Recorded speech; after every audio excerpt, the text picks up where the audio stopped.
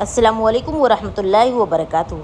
हज़रत अबू अय्यूब अंसारी रज़ी अल्लाह अन्हु से रवायत है कि नबी करीम सल्लल्लाहु अलैहि वसल्लम ने इरशाद फरमाया, जिसने रमज़ान के रोज़े रखे फिर उसके बाद शव्वाल के 6 रोज़े रखे तो ये सियाम दहर के बराबर है। रमज़ान शरीफ का बाबरकत महीना गुजर चुका है। इस माह मुबारक की जिस तरह हमें कद्र करनी चाहिए थी हमने नहीं की। अल्लाह तबारक व तआला इस माह में किए हुए आमाल को कबूल फरमाए और आइंदा इसकी कद्रदानी की तौफीक नसीब फरमाए, आमीन।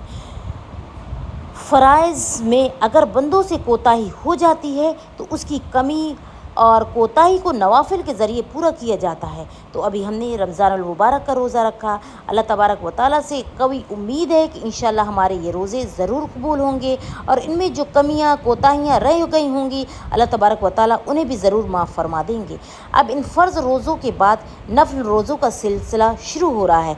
हर महीने कुछ न कुछ मशरू हैं। उनमें से हर जुमरात और पीर का रोज़ा, हर माह अय्याम में 20 के रोज़े, इस तरह आशूरा और अरफा का रोज़ा भी मशरू है। इन्हीं नवाफिल में से शव्वाल के 6 रोज़े भी हैं। इन 6 रोज़ों को 6 ईदी भी कहा जाता है। हदीस शरीफ में इसी शश ईदी रोज़े का जिक्र है। इन रोज़ों की बड़ी फजीलत है। इन रोज़ों के रखने के 2 फ़ायदे हैं। एक तो ये कि रमज़ान के फ़र्ज़ रोज़े में जो कमी या कोताही रह गई होगी अल्लाह तबारक व तआला उसके ज़रिए से उसे पूरी फरमा देंगे। दूसरा फ़ायदा ये कि हदीस शरीफ में मज़कूर है, हज़रत अबू अय्यूब अंसारी रज़ी अल्लाह अन्हु फरमाते हैं कि नबी करीम सल्लल्लाहु अलैहि वसल्लम ने इरशाद फरमाया, जिसने रमज़ान के रोज़े रखे फिर उसके बाद 6 रोज़ों यानी शव्वाल के रखें, ख्वाह लगातार रखे हों या वक्फ़ा करके रखे हों, हर सूरत में सियाम दहर यानी पूरे रोज़ा रखने का सवाब मिलेगा।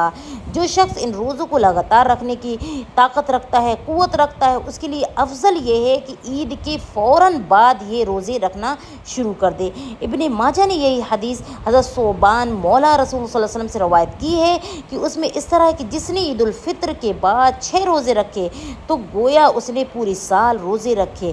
फिर रावी ने उसकी तफसीर की है कि एक नेकी का सवाब 10 मिलता है तो पूरे साल का इस तौर पर रोज़ा होगा कि रमज़ान के 30 रोज़े 10 महीने के सवाब के बराबर हुए और शव्वाल के 6 रोज़े 2 महीने के सवाब के बराबर हुए।